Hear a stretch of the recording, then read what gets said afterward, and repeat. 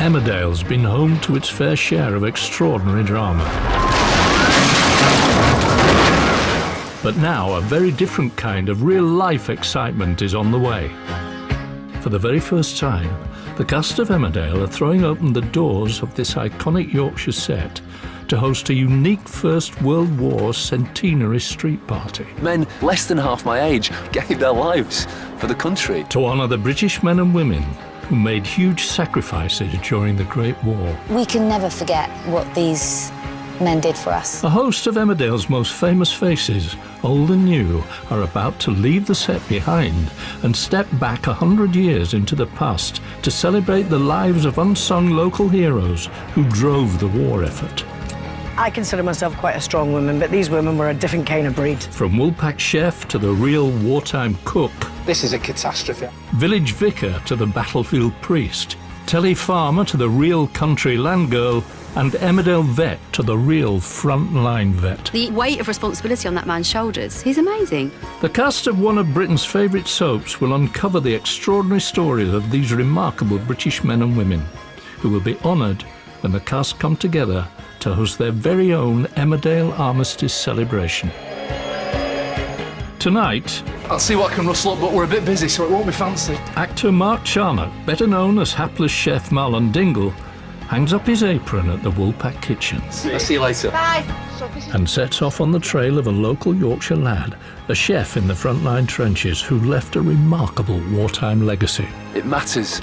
It matters that we remember them. It just does.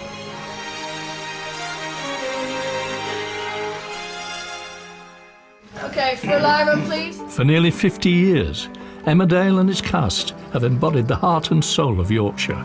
Okay, blocking and action. But few people know this familiar set is based entirely on a real place, with a real Woolpack, a real community, and its own remarkable history. The village of Esholt. Now, with their centenary celebration looming, the cast of Emmerdale are delving into the history of this Yorkshire village and the incredible people who lived there 100 years ago.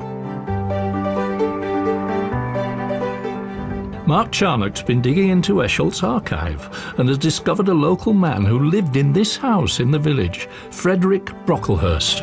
I'm very excited. I just want to know who he was, really. All he knows is that during the First World War, Fred was a frontline cook serving with the West Yorkshire Regiment. It's an adventure. I sort of want to, through history, befriend him, I guess. So today, Mark's come to Bradford to meet local historian Bob Richardson, Bob?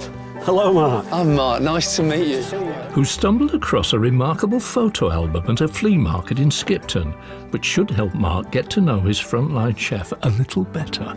Well, here it is. Oh, this is the album. I've got goosebumps. Snaps of the War, F.T. Brocklehurst. So what we got first? Well, if we have a look inside, it's here is the man himself there. Shaving in the trenches. Looks confident in the frontline trench.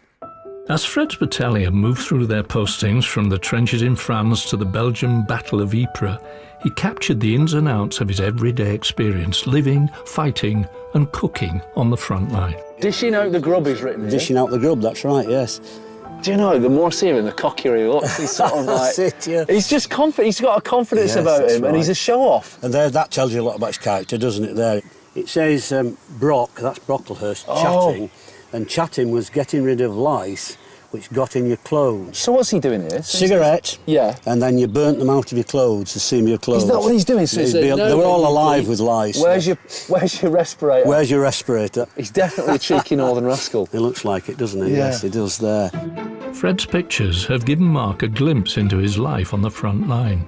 The photo album, it's a one-off piece of history, you know, an amazing sort of testament to what went on in there.